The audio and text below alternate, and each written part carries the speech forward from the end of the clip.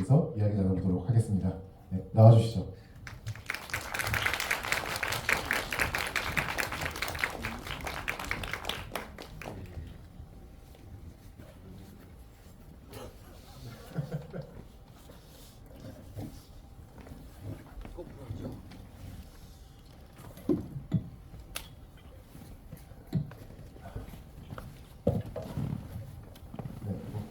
여기 오신 분들 중에 아마 그 이조탭을 모를 분들은 없을 거라고 생각을 하는데요. 그래도 혹시 모르니 간단한 인사와 네, 소개 부탁드립니다. 안녕하세요. 네, 소식. 안녕하세요. 저희는 한국에서 전자음악과 락 음악을 하고 있는 밴드 이디오테이프라고 합니다. 반갑습니다. 네, 제 이름을 다 불러야 되니까 각자 개인 소개도 부탁드립니다.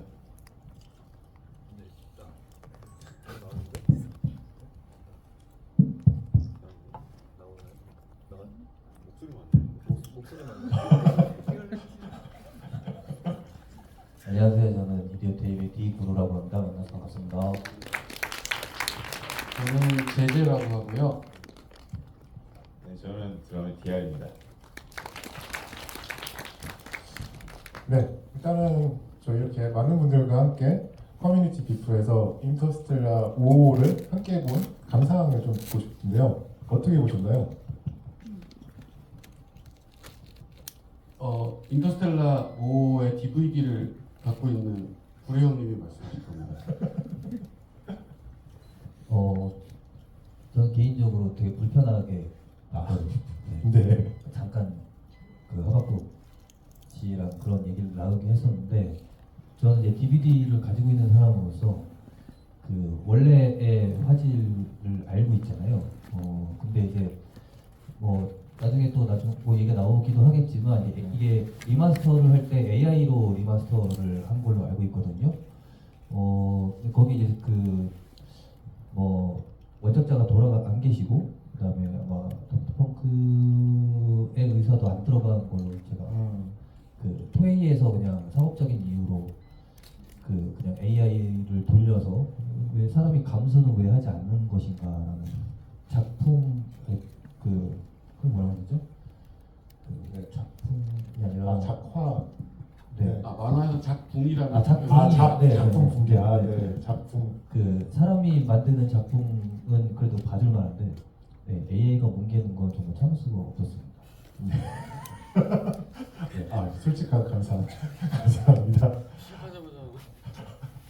이게 사실은 저희가 이게 셀 애니메이션으로 만들어졌잖아요. 요새는 셀 애니메이션을 많이 안 쓰는데, 그러니까 셀 애니메이션이라고 해서 셀로판지에 정말로 그림을 하나하나 그려가지고 그거를 이렇게 쭈루루룩 이렇게 계속 움직여가지고 이렇게 하는 그런 애니메이션인데, 저도 보면서 AI를 쓰니까 그러니까 셀 애니메이션만이 갖고 있는 그 특유의 정서나 그런 감성이나 실제로의 그런 퍼품이 있잖아요. 그런 것들이 잘 안 느껴지는 부분들이 좀 많긴 하더라고요. 그게 이제 그 덕스펑크의 음악 자체가 약간 그 이 두 사람이 어렸을 때 향유하던 문화랄지 음악이랄지를 엄청 녹아있는 음악이고, 비주얼도 이제 그런 거를 많이 하는 팀이고, 그리고 워낙에 마츠모토 레이지 팬들이었고, 저도 마츠모토 레이지 팬인데, 그래서 이제 부탁을 한 걸로 알고 있거든요. 그래서 이제 음악이나 사운드와 그 셀 애니메이션의 그런 질감이나 색감이 너무 잘 어우러져 있는 작품이었는데, 그게 다 무너졌다. 그래서 참 속상하다. 네. 저 다른 분들은 어떻게 보셨는지 궁금한데요. 제재님. 저는 재밌게 봤습니다. 네.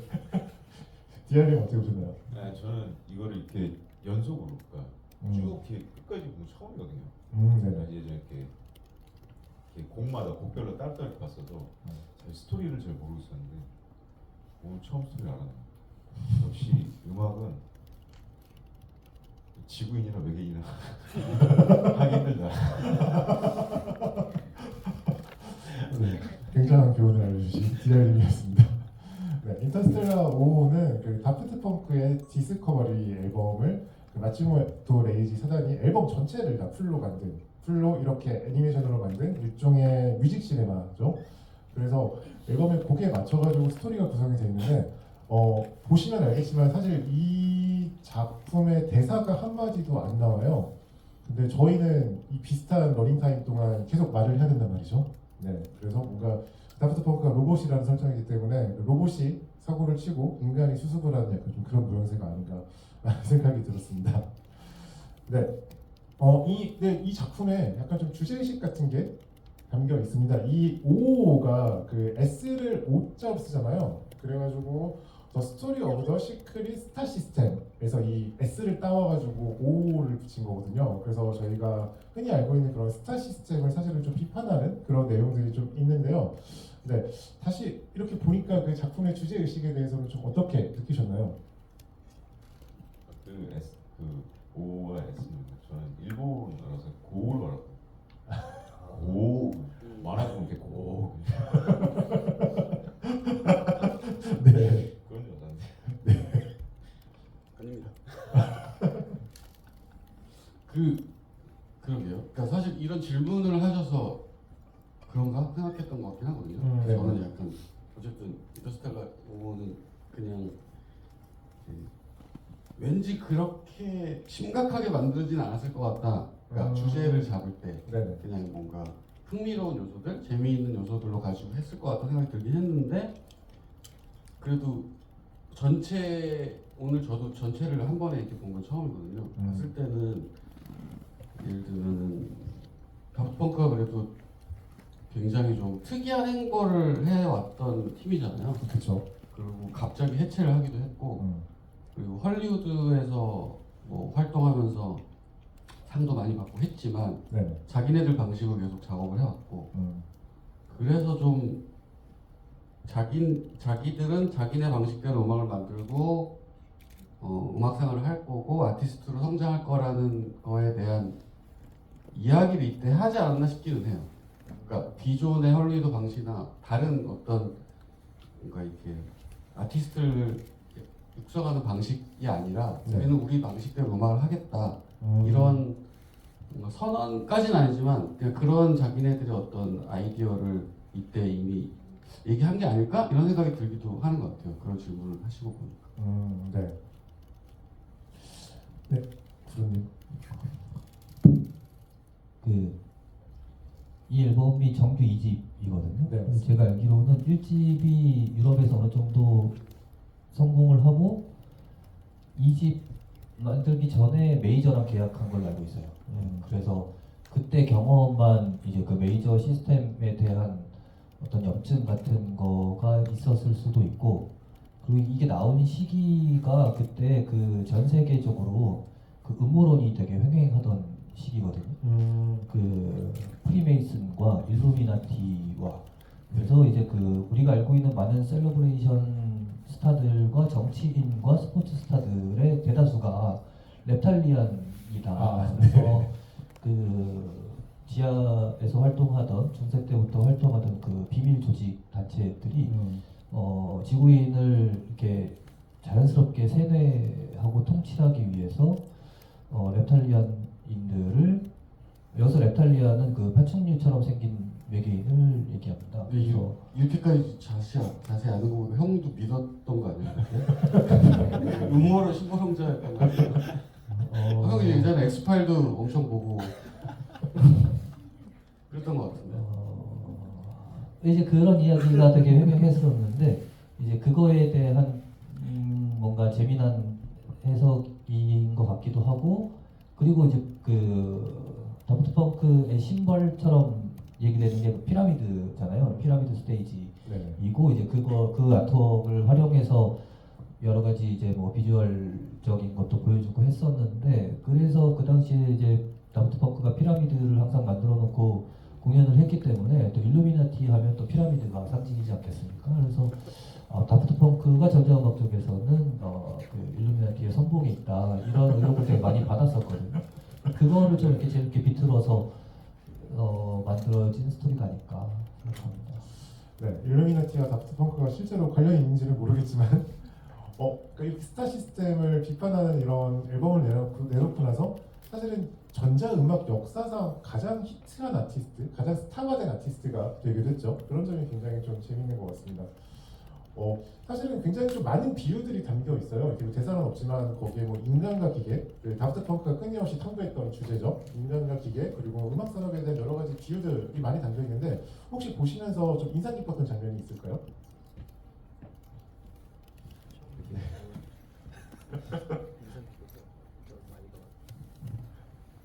그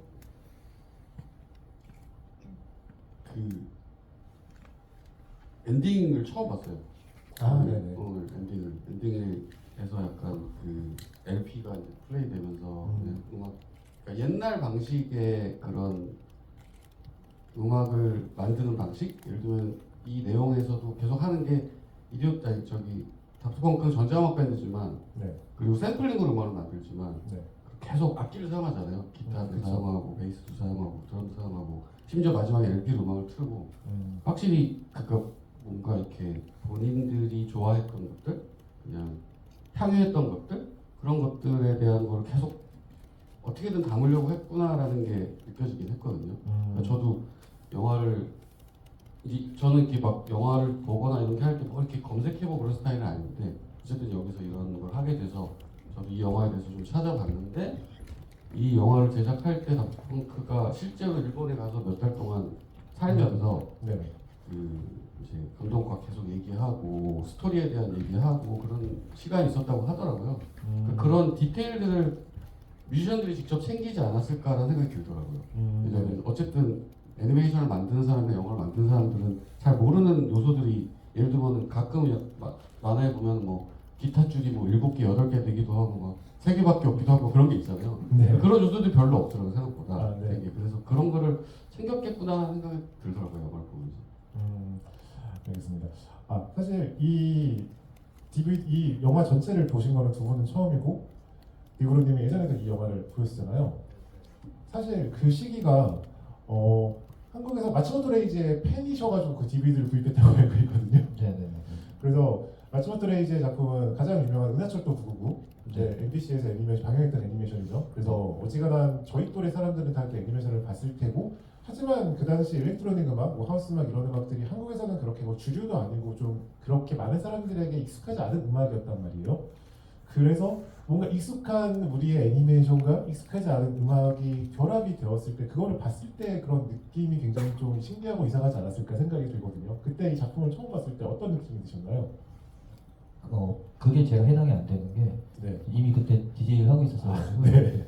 저는 약간 반가운 거였죠. 제가 좋아하는 두 개가 같이 뭔가 콜라보레이션을 해서 좋은 결과물이 나온 거를 보는 거였으니까 그냥 그 자체로 되게 기뻤습니다, 당시에는. 그 당시에 아까 전에 저희 이 새로운 AI로 4K 업스케일링 된 작품을 보고 나서도 굉장한 실망감을 표현해 주셨는데요. 네네. 그 당시 처음 작품을 봤을 때는 어떤 감정이 드셨나요? 좋았습니다. 어떤 부분이 좋으셨나요? 그러니까 저희 밴드 이름도 이제 이디엇 테이프이잖아요. 네네. 그래서 저 이제 그 카세트 테이프를 듣고 자란 세대여서 거기서 따온 테이프인데요. 지금은 사라졌거나 아니면 좀 보기 힘든 그런 미디어에 대한 향수가 있는 세대들인데, 네네. 이제 다프트펑크 같은 경우는 이제 뭐 영상에도 보면은 VHS 테이프, 비디오 테이프 진짜 요새 좀 모르실 텐데 비디오 테이프이 중간중간 나오기도 하고, 그렇죠. 네, 얘기한 것처럼 이제 바이닐도 나오고,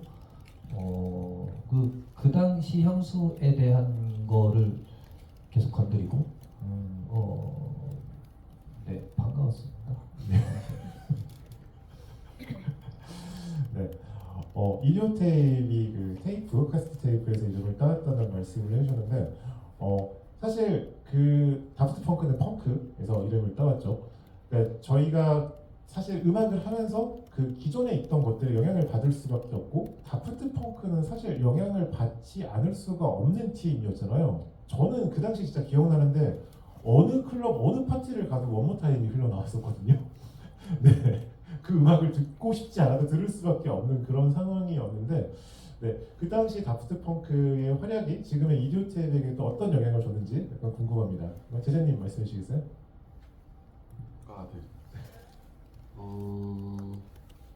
저도 진짜 좋아했었거든요. 다프트펑크를 정말 좋아했었고 아마 이디오 테이프이 음악을 만들면서 가장 영향을 많이 줬던 아티스트 중에 하나가 아닐까 싶어요. 그러니까 뭐 말씀하신 것처럼 예를 들면은 그 당시에 예를 들어서 뭐 밤에 클럽에서 파티를 하면 맞아 DJ가 보통 뭐 한 5명이 쓴단 말이에요. 네, 그럼 한 2시간씩 1시간씩 틀면 이제 밤새 노는 거잖아요. 네, 그럼 모든 DJ가 한 번은 원몰 타임 틀었거든요. 보통은 앞에 사람이 틀면 잘 안 트는데 네. 이 곡은 너무 인기가 많고 그래서 그런 곡이 몇 곡 있긴 한데 그런 곡 중에 하나였고 사실 저는 이제 2집이 나오기 전에 1집을 2000년에 듣게 돼서 99년 2000년에 듣게 돼서 되게 좋아했거든요. 근데 그 2집이 그렇게까지 잘 될 줄도 몰랐고 얼마 전에 저 이렇게 찾아보니까 그 당시 2집 앨범이 거의 전 세계적으로 한 800만 장인가 팔렸다고 뭐 하고 그러니까 사실은 당시에는 그냥 좋아하는 뮤지션이었지 그렇게까지 슈퍼스타였는지 잘 몰랐거든요. 그리고 지금처럼 어떤 뭔가 정보가 막 빠르게 전달되진 않았으니까 인터넷이 있긴 했지만 그렇죠. 네. 그래서 좀 신기했고 그리고 어찌됐든 뭐 너무 음악적이긴 하지만은 다프펑크가 또 좋았던 거는 굉장히 그 뭐라 해야 되나 진보적으로 악기를 썼거든요. 예를 들면은 크레센돌 같은 곡도 기타 소리 같은 게 나오는데 네. 사실 그 기타가 아니고 신디사이저로 연주한 거거든요. 미디를 사용해서 네. 사람이 연주한 것도 아니고 기계로 이제 연주를 한 거죠. 거기에 이제 뭐 기타에 이제 보통 사용하는 페달 드라이브 페달 같은 것도 사용하고 그런 식으로 뭔가 좀 이래도 되나 싶을 정도로 당시에는 음악을 약간 파격적으로 만들었는데 그런 것들이 이디오 테이프 음악을 만들 때도 확실히 영향을 많이 준 것 같아요. 그냥 해보지 뭐 약간 뭔가 이렇게 두려움을 없애주는 그런 어떤 도움이 되었던 음악이었던 것 같습니다. 디알님은 당시 록밴드를 하고 계셨죠? 네. 네, 그때 다프트 펑크를 들으셨나요? 아 들었었죠. 네, 그때 어떤 생각이 드셨나요? 펑크 밴드인 줄 알고 들었어요. 지금 펑크가 들어가니까. 네. 네, 진짜 솔직히 앨범 커버도 이제 약간 펑크스럽고 하니까 새로 나온 펑크 밴드가 네, 처음에 듣고 좀 충격적이긴 했죠. 네, 그때 들었던 게 나중에 이디오트의 활동을 하는 데 있어서 어떤 영향을 줬나요? 구루를 만나게 됐죠. 아, 그 음악을 다프트 펑크였군요. 아니죠. 그때 그게 나오고 네. 그 시기에 이제 만나게 되고 네. 그런 거였죠. 네. 네. 구로님은 실제로 그 당시에 다프트 펑크를 틀기도 하셨을 거잖아요. 네네네. 다프트 펑크의 음악이 등장하고 이디오트를 나중에 결성하는 데 있어가지고 다프트 펑크가 어떤 영향을 줬나요?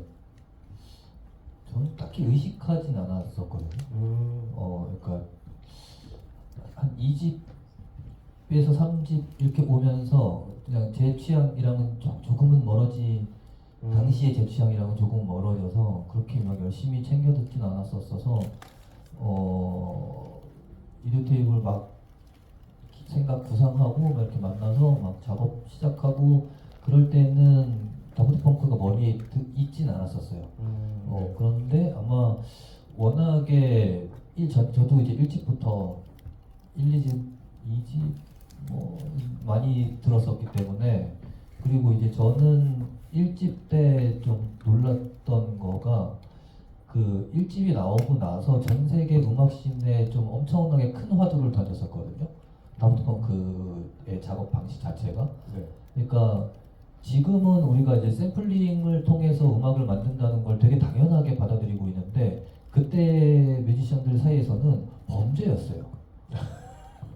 진짜 범죄라고 생각을 했었고 그게 한 10여 년 정도 계속 지속이 됐었거든요. 매번 그게 이슈가 되고 그래서 그냥 전통적으로 악기 연주해서 음악을 하던 사람들이 전자음악가들을 엄청나게 공격하고 전자음악가들은 왜 들어서 좋잖아 뭐 이런 이야기를 하고 그러니까 저작권 클리어랑은 별개로 왜 남의 아이디어를 그렇게 무단으로 통으로 가져다 쓰느냐 였던 거고 다프트 펑크 같은 경우는 통으로 쓰긴 하지만 뭐 엔딩 크레딧 올라갈 때 좀 자세히 보신 분들은 계시겠지만 이 앨범도 한 절반 정도는 다 통 샘플이에요.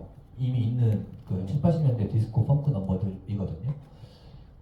그런데 이제 아까 제재가 이야기한 것처럼 통으로 샘플을 사용하지만 그거를 어떤 식으로든 변조를 해서 근데 그 변조의 방식이 되게 독특하고 약간 이렇게까지 할 수 있다고 약간 이런 거였거든요. 되게 과격한 변조를 해서 자기네 스타일을 만들었다.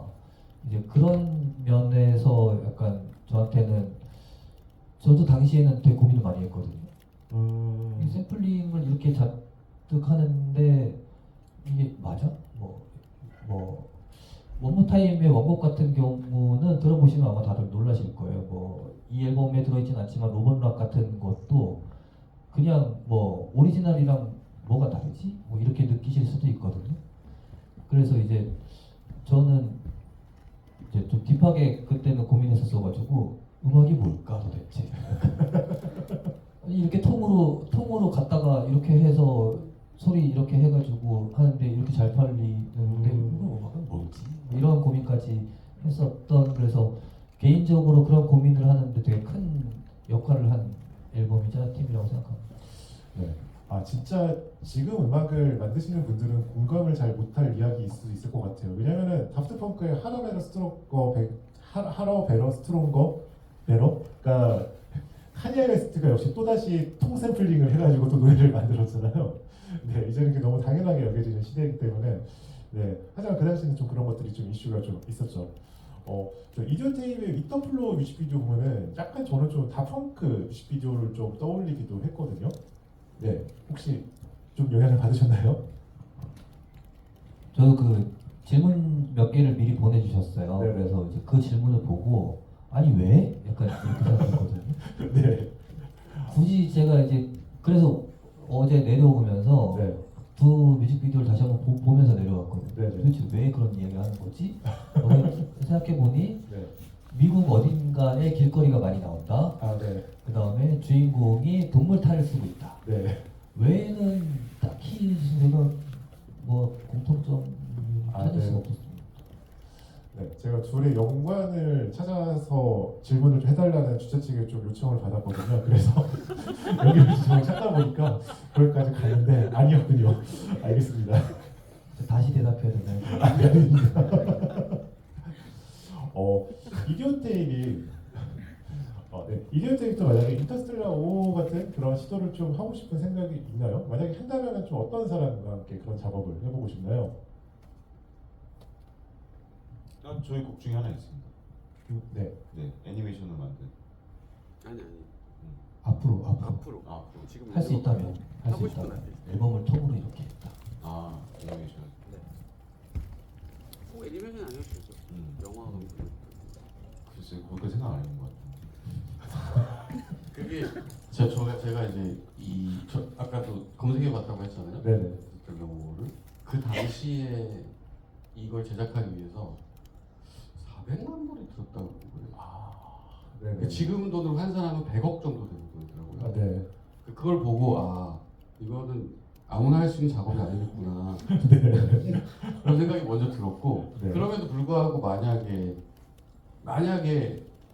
우리가 로또가 돼서 아니 로또 부족할 것 같긴 한데 아무튼 누구나 할 수 있다면은 저는 그냥 생각해 봤을 때 팀 버튼이랑 해보고 싶긴 해요.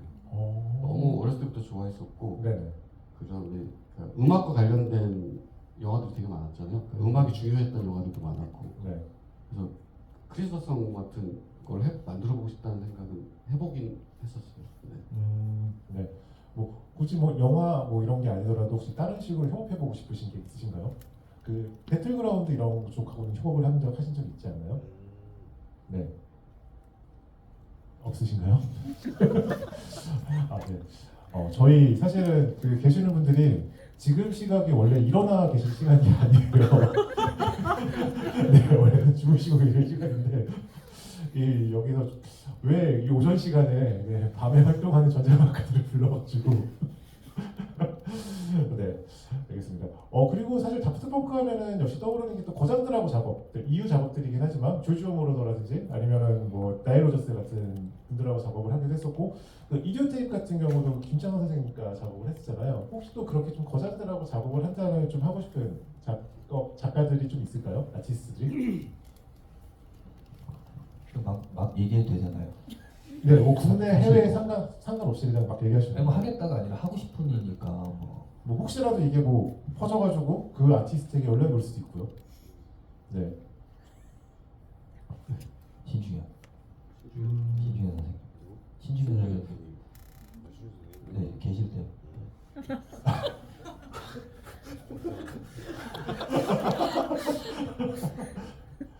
네, 뭐 다른 분들은 혹시 없을까요? 봉준호 감독님. 네. 막 얘기합시다. 리얼이군요. 아 지금 충격적인 메시지가 와가지고 커튼 주머니 색깔 잘못 왔더라고요.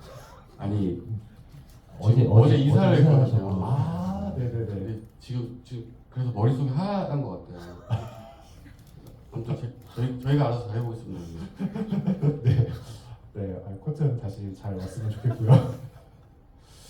네, 사실 보신 분들 중에 아마 이거를 처음 보신 분들도 계실 것 같아요. 근데 저희는 예전 작품을 봤기 때문에 사실 이 업스케일된 AI로 만들어진 4K 화질이 사실 좀 거슬리는 부분들이 좀 많았단 말이에요. 근데 만약에 이 애니메이션 그 뮤직비디오는 보셨지만 애니메이션 자체를 처음 보신 두 분 같은 경우는 그 4K 업스케일한 것들이 좀 약간 좀 어떻던가요? 좀 거슬리거나 아니면 좀 안 좋게 느껴지거나 그런 게 있었나요? 두 가지 생각이 들더라고요. 일단 1번은 거슬리긴 했거든요. 네네. 예를 들면 저는 사실 AI를 거의 안 쓰고 있긴 한데 네네. 예를 들면은 그 사진에서 어플에서 이렇게 하면 지워지는 그런 거 있잖아요. 네, 특정 부분이 네. 그걸 가끔 이제 재미로 해보는데 지우고 났을 때 완벽하진 않거든요. 뭔가 위화감이 들거든요. 네. 약간의 어색함과. 근데 영화를 보는 내내 그게 계속 있는 느낌이 들었거든요, 사실. 한 번 보이기 시작하니까 네. 계속 보이더라고요. 음. 약간 빛 번짐 같은 게 계속 있고, 약간 뭉개져 있고. 네네. 근데 그런 생각이 들어서 영화를 보면서 그래서 참 집중이 안 되긴 했는데 만약에 저거 글리치라고 생각하면 영상에서의 디지털 글리치라고 생각하면 네. 앞으로 저걸 계속 봐야 될 텐데 나는 이제 AI로 뭔가 사람들이 계속 할 거고 네. 저런 현상들이 계속 있을 거고 저거를 내가 지금 불편하면은 계속 불편하겠구나. 그러니까 그냥 불편하지 말자. 네. 좀 더 그냥 보자라고 하면서 봤거든요. 네네. 그러면 아직은 불편하긴 한데 네. 생각해 보면은 모든 기술들이 그렇지 않나 싶기는 해요. 처음에 그 불편함이 있고 어색함이 있고 그게 싫긴 하지만 어쩔 수 없이 세상은 돌아갈 거고. 근데 아까 형이 처음에 얘기했던 것처럼 마츠모토 레이지라면 이걸 싫어하지 않았을까라는 생각을 했어요. 네, 저는 이게 근데 올해 업스케일이 됐다고 하면 올해 아니면 내년 정도면 됐어도 사실은 되게 완성도가 높아졌을 거라는 생각이 좀 들기는 하거든요. 지금 영상 AI 기술이 어마어마하게 발전하고 있기 때문에. 저는 그래도 반대입니다. 네. 제가 그래서 찾아봤거든요. 네네. 그러니까 이 제작사가 토에이 애니메이션인데요. 거기가 이런 걸로 되게 유명한 회사입니다. 그러니까 재활용을 되게 많이 하는 회사거든요. 그래서 이제 이것도 그러니까 예전에 진짜 그런 게 있었어요. 정말 보존할 만한 충분한 가치가 있는 작품들인데 필름 재활용한다고 딱 지우고 거기에 새 애니메이션 놓고 하고 그걸로 되게 이슈가 네. 많이 됐던 회사인데 이제 이거 같은 경우도 이제 셀로 작업을 했잖아요. 네네. 슬슬 이제 그 보존의 퀄리티가 점점 문제가 되는 그렇겠죠. 시기가 오기 시작하는 거고 그러면 네. 이거를 보관하려면 어떻게 하지? 그러면 디지털로 보관을 하자 하는 김에 4K로 뻥튀기를 하자 그리고 재개봉도 하자 뭐 이런 그 어른들의 사정이라고 할까요? 그 비즈니스 시스템이 낳은 어떤 괴물 같은 저한테는 네네. 네. 근데 이제 그게 이 인터스텔라 작품에서 담고 있는 그 스토리랑도 사실은 비슷한 맥을 가지고 가는 것 같아서 좀 그 지점이 조금 재밌었어요. 사실 다프트 펑크가 해체하면서 그 해체 이유 중에 하나로 사람들이 이야기했던 것 중에 하나가 이제 AI, 그러니까 다프트 펑크라는 그 팀 자체가 로봇이 음악을 만든다라는 컨셉인데 이제 정말로 AI로 음악을 만들 수 있는 시대가 되었기 때문에 은퇴를 한다 뭐 이런 이야기도 있었거든요. 근데 그 당시만 해도 사실은 AI로 음악을 만든다라는 게 크게 와닿지는 않았던 것 같은데 최근 들어서 굉장히 부쩍 그게 좀 체감이 되고 있어요. 실제로 유튜브에 들어가면 AI로 만든 음악 플레이리스트가 많아졌고 그리고 뭐 그 AI를 만드는 회사에서 DAW 회사를 인수해서 이제 사용할 수 있게 한다 뭐 이런 얘기들도 있고요. 사실 저희가 앞으로 살아가는 데 있어가지고 이 AI라는 게 피할 수 없는 그런 존재가 될 것 같은데 이디오테이블 현재 AI에 대한 태도가 뭐 대충 짐작은 가는 것 같지만 AI 시대에 어떻게 대처하고 계신가요? 그래도 디아는 챗GPT도 사용하고 있고 어떤 거 주로 사용하시나요? GPT로? 저 이번에 GPT랑 같이 여행을 다녔습니다. 네네. GPT가 알려주는 대로 이렇게 경로를 짜서 갔다 왔는데 네. 아주 좋은 친구였어요. 네. 유료 사용자이기 때문에 네네. 음성으로 대화가 자연스럽게 되더라고요. 네. 다른 분들은 좀 어떤가요? 저는 일단은 안 쓰고 있어요. 예. 음. 모든 AI를 안 쓰고 있어요. 네. 그래서 좀 쓰기 쉽지 않다거나 뭐 두렵다거나 그런 건 아닌데 일단은 좀 안 써보고 있어요. 최대한 안 써보려고. 그러니까 예를 들면은 제가 그래도 제일 쓰게 되면 쓰려고 하는 거는 이제 번역 AI이긴 한데 네네. 번역이 되게 귀찮잖아요. 어렵고. 그렇죠. 한 번, 두 번 약간 이제 그런 걸 쓰려고 했더니 아예 생각을 안 하게 되더라고요. 번역을 내가 굳이 할 필요가 없겠구나. 네. 그러다 보니까 더 생각도 잘 안 나게 되고 직접 해야 될 때는 그래서 일단은 좀 참아보고 있어요. 그래서 형들한테 물어보거든요. 챗GPT 어떠냐, 뭐, 네네네. 이건 어떠냐, 뭐 그래서 그냥 그런 정도로 그냥 겉에서 지켜보고 있는 정도로 조금 조심스럽게 살고 있습니다. 네. 브로님은 어떠신가요? 저는 너 얼마나 잘하나 보자라는 마음으로 쓰고 있기는 합니다. 어떤 것들 쓰고 계신가요? 그러니까 뭐 골고루 쓰고 있긴 한데 요새는 네. 이제 GPT보다 제미나이가 좀 더 잘해주는 것 같아서 제미나이와 좋은 시간을 좀 보내고 있는데 네. 그러니까 물론 이제 이런 문제가 분명히 발생을 하는데 저는 진짜로 비판적으로 쓰거든요. 그러니까 제가 좀 시간을 많이 들여야 되는 것들을 이제 작업을 시켜요. 작업을 시키는데 보통은 이제 좀 전문적인 영역을 물어보게 되거든요. 네네. 그걸 일부러 이제 시도를 하거든요. 뭐 사운드 작업을 한다거나 뭐 이제 신디사이저에 관련된 뭐 질문을 한다든지 뭐 음반에 관한 질문을 한다든지 막 이렇게 질문을 하면 매우 높은 확률로 거짓말을 섞어서 얘기를 해줘요. 그렇죠. 네.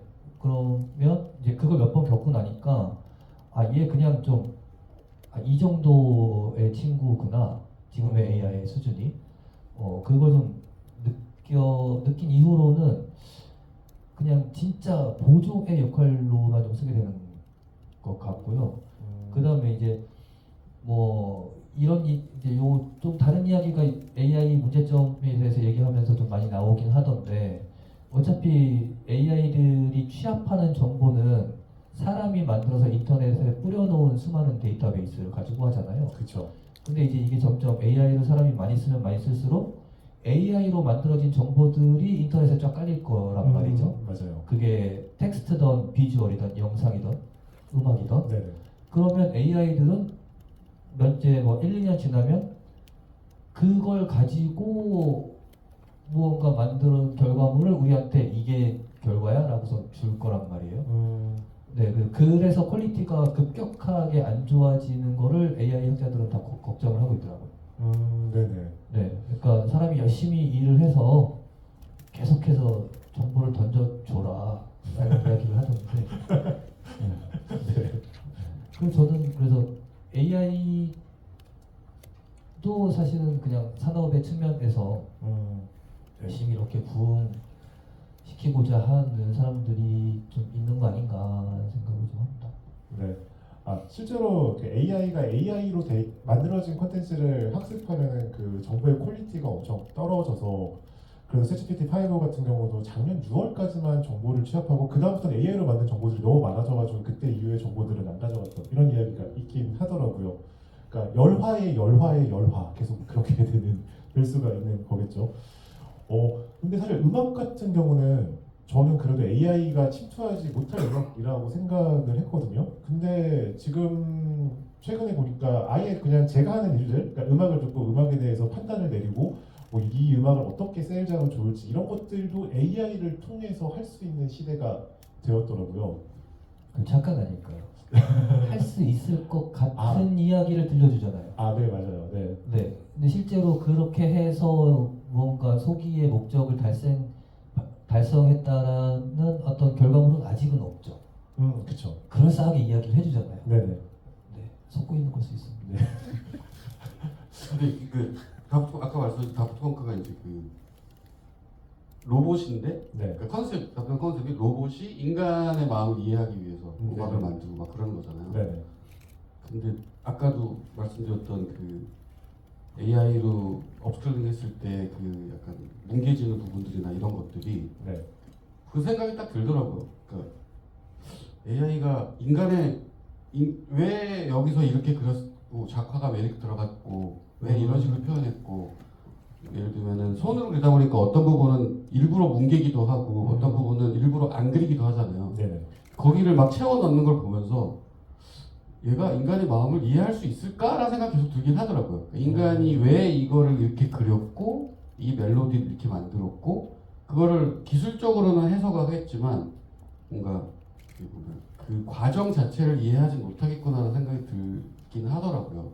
물론 더 기술이 좋아져서 그것까지 학습을 하면 어떻게 될지 모르겠지만 네. 일단은 예를 들어서 뭐 AI가 만든 음악 저도 좀 들어보긴 했는데 똑같이 아까 그 사진을 지었을 때처럼 뭔가 이해감이 있어요. 네네. 그쵸. 이게 뭔가 이런 게 있어요. 네네. 뭔지는 모르겠는데 네. 그래서 오히려 아직은 다행이라고 생각하는 게 그래도 아직은 밥줄이 끊기질 않겠구나. 음악 계속 만들어도 되겠구나. 그런 생각이 들긴 하더라고요. 다행히. 네. 알겠습니다. 그러니까 다프트펑크라는 팀 그리고 이 작품이 사실은 기술과 인간이라는 화두에 대해서 질문을 던지고 있는데 이게 20년이 처음 발매된 지 한 20년이 넘게 지났죠. 20년이 넘게 지나서 다시 4K AI 업스케일링 돼서 재개봉을 하면서 그 질문이 조금 더 확장되는 것 같은 그런 느낌이 있는 것 같습니다. 네, 저희 이제 한 10분 정도 남았는데요. 혹시 오늘 뭐 이디어테이프 분들께 질문하고 싶으신 분들 계시면은 저희 관객 질문을 받아보겠습니다. 네, 혹시 질문하고 싶으신 분들 계시면은 손 들어주시면은 그쪽으로 마이크 건네드리겠습니다. 네, 원래 GV 때 누군가 한 명 이렇게 손발들어 나가야지 그 다음부터 손을 드시더라고요. 그래서 제가 원래는 이런 GV 하면은 제가 가장 먼저 손을 들거든요. 그냥 깝깝해가지고. 근데 오늘은 제가 여기에 있어서 손을 들 수가 없어가지고 여러분 중에 한 분이 손을 먼저. 손을 드시면 제가 지목해드릴게요. 지금. 네. 혹시 안 계신가요? 저 질문. 네네. 마이크를. 네. 그냥 말씀. 네. 계십니다.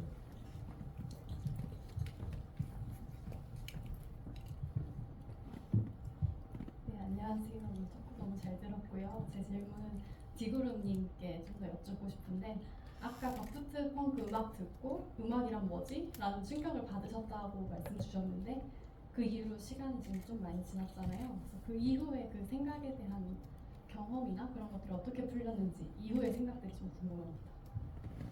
네. 그 음악을 듣고 음악이 뭐지라고 충격을 받았다기보다는 그 작업 방식을 이제 근데 그게 AI에 대한 얘기 방금 했었잖아요. 그거랑 약간 맞닿아 있을 수도 있을 거라고 생각을 하거든요. 그러니까 저는 되게 뭔가 여태 오늘 제가 이야기했던 분위기나 뉘앙스가 테크놀로지를 되게 거부하거나 AI를 좀 미워하는 것처럼 보여질 수 있겠으나 사실은 여기 이 4명 중에 사실 빠지지 않는 얼리어답터 중에 한 명이기도 하고 테크놀로지를 되게 좋아하고 저는 기본적으로는 원리적으로는 사람의 지성과 AI가 같다고 생각을 하는 사람이거든요. 근데 이제 차이는 리소스와 파워에 있다고 생각을 하고, 우리가 뭔가 멜로디 하나를 만들거나 음악을 만들 때 그 멜로디가 만들어지기까지는 약간 수천 년, 만년 이상의 쌓인 DB의 발현이라고 생각하거든요. 근데 AI한테는 아직 그 정도의 데이터베이스가 주어지지 않았다. 그리고 그걸 그만큼 사람만큼 연산할 정도의 그 컴퓨팅 파워가 아직 제공되지 않았다. 뭐 시간이 지나면 뭐 가능은 하겠죠. 근데 이제 그게 비슷한 건데, 그러면 사람이랑 기계랑 뭐가 다르지? 뭐 이제 생명이랑 기계랑 뭐가 다르지? 랑도 연결되는 질문이기도 한데, 저의 최근 그거는 이제 계속 항상 하는 고민인데, 최근에는 그닥 차이가 없다 쪽으로 가고는 있기는 해요. 뭐 그냥 과학적으로. 네. 그리고 음악도 요즘 그래서 되게 좀 몇 년 동안 고생을 했었었는데, 도대체 음악이 뭐지에서 그럼 뭔지 알려고 막 들어가 보면 뭔가 이렇게 찾아보면 찾아볼수록 내가 생각했던 것보다 그렇게 대단한 게 아닌 것 같은 느낌적 느낌이 드는 거예요. 네. 생각보다 되게 단순하다랄까? 그러니까 음악이 사람의 마음을 움직이잖아요. 왜 이 사람의 마음에 움직일까를 뭐 이제 막 뇌과학에서 분석한 것도 보고, 뭐 진화 심리학에서 연구한 것도 찾아보고 막 하면 생각보다 복잡하지 않더라고요. 되게 단순한 것이고, 그래서 잠깐 시리에 잠깐은 아니죠. 꽤 긴 시간 동안 시리에 빠졌다가 이제 그 AI 뮤직 같은 거 방금 얘기를 해줬는데, 이제 오히려 그런 것들이 좀 저를 정신 차리게 해준 것 같아요. 무슨 얘기냐면, AI가 음악처럼 들리는 무언가를 만들어주고 있기는 해요. 근데 이제 그건 음악에 대한 정의에 따라서 다를 텐데, 보통 이제 뭐 전자음악 쪽으로 가면 뭐 그런 개념이 좀 있습니다. 가구 음악, 퍼니처 뮤직이라는 개념이 있거든요. 앰비언트에서 조금 더 간 개념인데, 그냥 가구 이렇게 집에 놓듯이, 인테리어로 가구 놓듯이 플레이할 수 있는 음악이라는 개념의 음악들이 좀 존재를 해요. 엘리베이터 뮤직 같은 느낌 같은 거죠. 네. 그러면 이제 그것도 음악으로 보긴 볼 수 있는데, 그 엘리베이터 뮤직과 오늘 봤던 다프트 펑크의 음악과 저희가 하고 있는 이디오 테이프의 음악과 혹은 뭐 비틀즈의 음악과 뭐 산울림의 음악과 이걸 다 똑같은 선에 놓고 다 같이 음악이야 라고 얘기할 수 있을까라는 질문이 생기더라고요.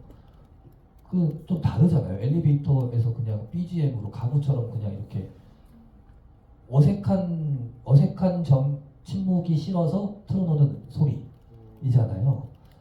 그거랑 우리가 머릿속에 생각하는 음악이랑 같은 개념인가를 생각하면 좀 다른 것 같고. 네. 어떻게 이제 정확하게 얘기했는데 약간 대답이 됐을까요? 그렇죠. 네, 실제로 그런 엘리베이터 뮤직, 그러니까 저희가 공부할 때 틀어놓는 음악 같은 것도 사실은 로파이 힙합 이런 쪽도 최근에는 거의 다 AI로 대체되고 있는 추세라고 하더라고요. 네, 혹시 또 질문하실 분 계신가요? 저희가 시간이 이렇게 많이 남지 않아가지고 한 분에서 저희 질문 받겠습니다.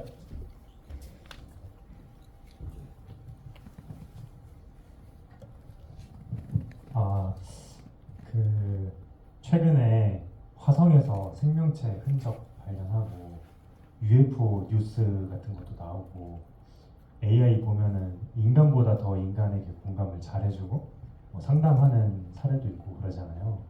근데 이 영화도 이제 인터스텔라 그리고 외계인 이런 존재들, 그런 다양한 뭐 어떤 인간 말고 지성체에 대한 고민이 좀 담겨 있다고 생각하거든요.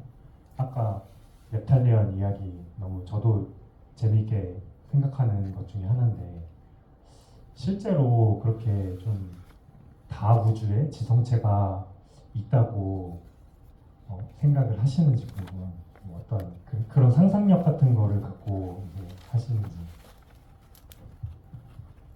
없으면 너무 외로울 것 같고요. 그냥 그런 것들은 약간 동기부여인 것 같아요. 그러니까 화성에 대해서 궁금해하고, 뭐 외계인에 대해서 궁금해하고, AI에 대해서 궁금해하고, 저도 AI를 안 쓰긴 하지만 AI가 어떤 식으로 돌아가는지 공부하거나 이런 거는 관심이 많거든요. 그러니까 다프펑크도 그랬을 것 같고, 음악을 하는 저희도 그런 것 같고, 그러니까 세상에 많은 뉴스들이 있고, 뭐 약간 가능성이 있고, 그러니까 아까도 잠깐 얘기했지만 형이랑 딱 옛날에 엑스파일 보면서 같이 그때 이제 뭐 미드라는 게 이제 거의 처음에 왔었잖아요. 한 20년 년 전에. 네. 그런 걸 보면서 이제 거기 나오는 소재들, 음모론에 대한 이야기들을 같이 얘기하고, 뭔가 그러다 보면 또 역사에 대한 이야기도 하거든요. 인간에 대한 이야기도 하고, 그런 다양한 어떤 이야기들이 저희가 음악을 하던 뭘 하던 간에 도움을 준다고 생각을 하거든요. 그리고 예를 들면은 뭐 약간 다른 얘기일 수 있지만은 저희 1집의 첫 번째 곡이 플루토라는 곡인데, 그 곡이 그 플루토가 명왕성이 이제 빠지면서 그 지구 전체에서 빠지면서 그 이제 좀 충격을 받았거든요. 우리는 평생을 명왕성은 우리 천체 안에 있다고 생각을 했는데 네. 갑자기 아니라고 하니까 네. 뭔가 좀, 근데 그런 일들이 계속 벌어질 거고 앞으로 과학이 발달하면서, 그리고 화성에 대한 이야기도 그렇고, 아까 화성에 어떤 우주선이 가서 기계가 탐사하고 차가 다니고 하는 게 또 저희 어렸을 때는 상상할 수도 없는 일이었잖아요. 그냥 꿈 같은 이야기였는데 네. 현실화되고, 그런 것들이 벌어질 때마다 사실 저희는 그런 얘기 많이 하거든요. 그러니까 봤냐? 너 그거 봤냐? 뭐 이건 이런 거 같아, 저런 거 같아. 그런 다양한 거에 대한 관심이 어떻게 보면은 저희가 음악을 하는 데 있어서는 큰 도움을 주는 것 같아요. 그냥 음악만 하겠다, 좋은 음악 만들겠다가 아닌 것 같아요. 그런 걸 얘기하고 하면서 그걸 담는 게 과정이 아닐까. 알겠습니다. 저희 오늘 인터스텔라 555 GV는 여기서 마무리를 해야 될 것 같습니다. 마지막으로 인사 부탁드립니다. 네, 이규태입이었고요. 오늘 영화 재밌었고 다들 와주셔서 감사합니다. 네, 건강하세요. 네, 함께해 주신 분들 감사합니다. 조심히 들어가세요.